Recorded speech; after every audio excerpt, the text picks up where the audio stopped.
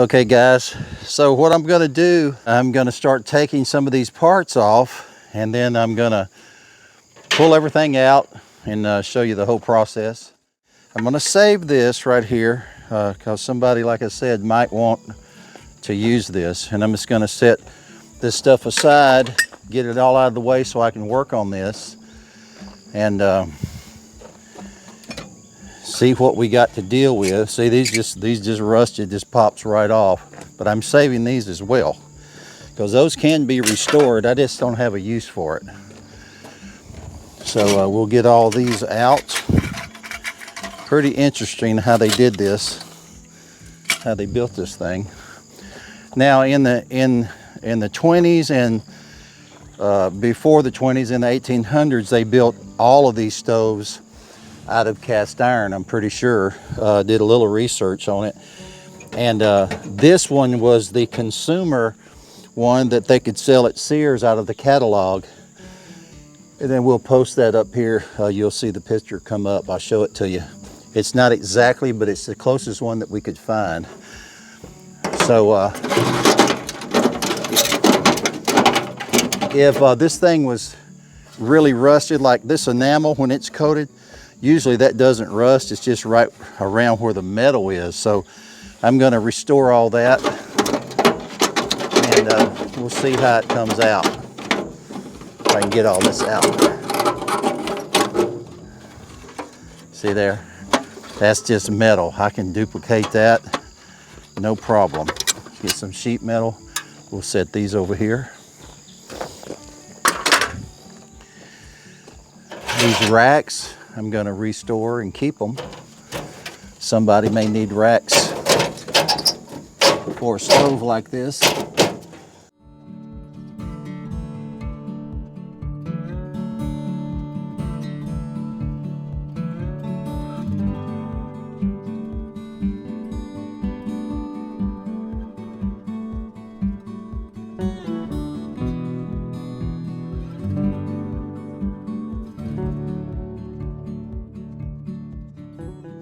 It had a spring right here for something. I don't know what that went to. So see, I mean, the core of it, the out is pretty good. We'll just have to see. It even has the original logo and everything. This will touch up. We've already looked up the color. It's not a mint. It's a turquoise blue mint.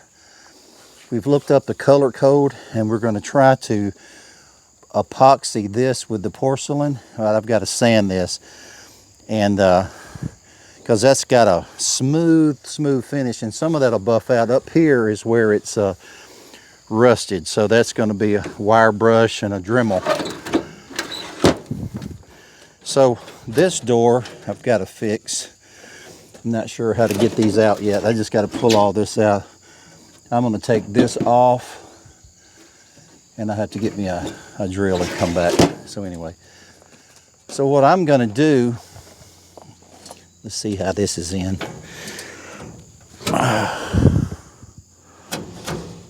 Oh, I see. That's just got a cotter pin, and you can lift these off. So I'll get that out.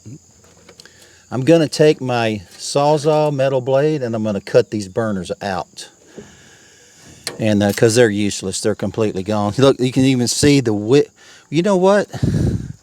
That is a wick. But I'm pretty sure this was, well, you know what? This may be a wick. There's a wickless. There's your wicks right there. So this, my bad. Correction on that, guys. Because I thought this model was wickless, but look, there's your wick right there. It's a round wick. You know, the flame comes up like that. So there's, so it is a wick. So it's not the wickless. I am going to save one of those. That's kind of cool. So see, this stuff just breaks off. Look at that. So I'm going to save that one. I'm going to cut those off and save at least one of them. See there? That's completely gone. So there's no use to try to save any of this stuff. So I'm going to go get my Sawzall blade, and I'll be back. Okay guys, I thought I had a metal Sawzall blade, and I don't. I'll have to go get one, but for now I'm just going to use my hacksaw because this is just pretty thin metal.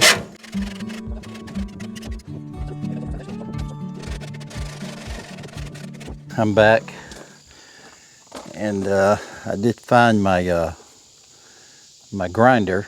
Let's see if this is going to be loud. Let's see if this is going to work. I don't have a guard, I know, but I'm going to have safety glasses on for sure. Found this at a garage sale for $5. It's a Craftsman, probably about $69. So let's see if I can cut this out.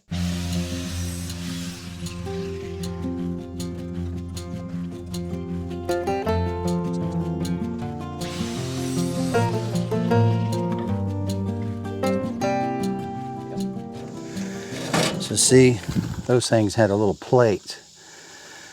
So I'm going to try maybe to keep these, but I'm not sure. I'll have to soak them in something. I may just put, let's get over here, I'll show you. You can see that had just a little plate that's rusted, and that went through it, and that was to adjust the wick level. So I like the historical factor. I'd like to keep this, but I'm going to do away with that.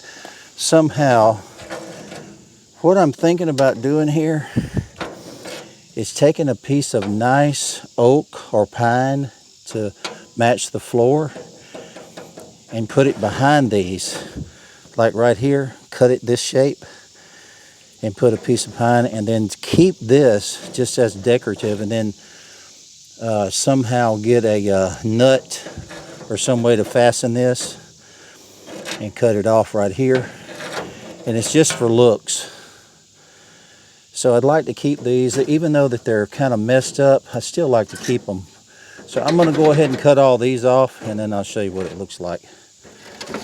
So it's kind of tedious. I really need to go get it. I couldn't really get the grinder in there. I'll see if I can get it in there on the other one.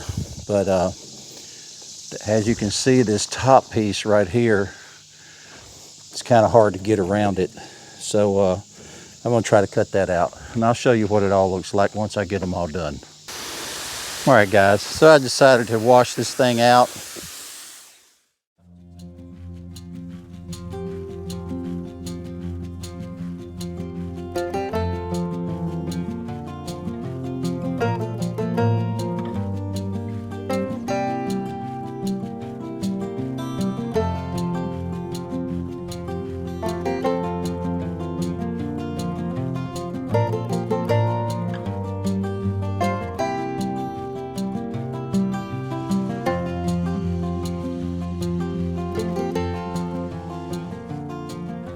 Got that one cut out. That's where the kerosene ran, right down in here through this pipe right here. So you'd have to replace that if you were going to restore it, but we're not.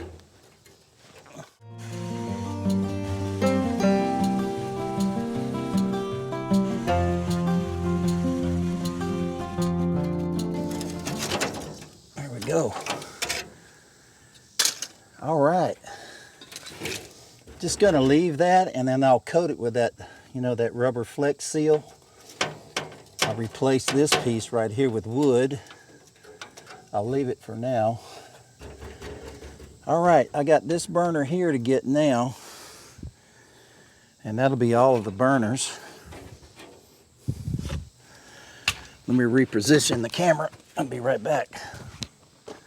Okay, let's get this last burner cut out if we can.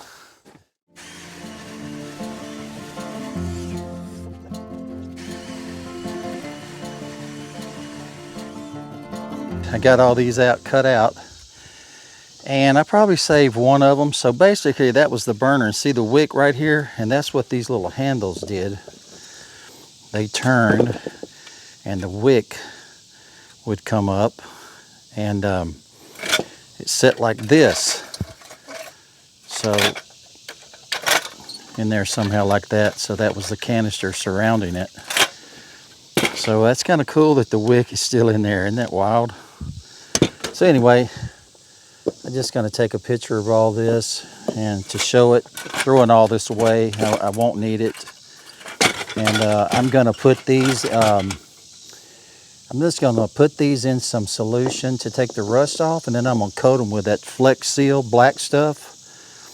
Then I'm going to make a piece of wood out of pine just like this and put this over that bottom plate. So anyway, just to document that, to see what we took off. So now I'm going to go back and cut out the bottom of that oven part. I'm going to cut that out and a couple other pieces under the bottom. Okay guys, I got that door off. I couldn't get up in there to film it, but I took it off the hinges and I got the bottom cut out, which I'm going to put a piece of wood down in there because see, there's still a frame. So I just got to get there's probably a lot of rust behind that, but I can't get back in there. So we're probably going to have to leave that and that side too. But all up under there is pretty good.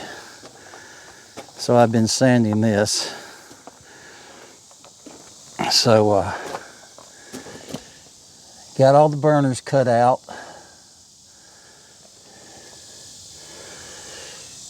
That tank right there I'm going to unbolt. So you see that frame right there? That's where I'm going to lay a piece of wood. I'll have to make me a piece of an angle iron in there. It don't have to be real thick, and I'll drill it and I'll just rivet it, put rivets in it, and that'll hold the wood. So there's the back of it. I don't think I've got it before. So anyway, this thing has got to be cleaned out. I picked this up and look behind it.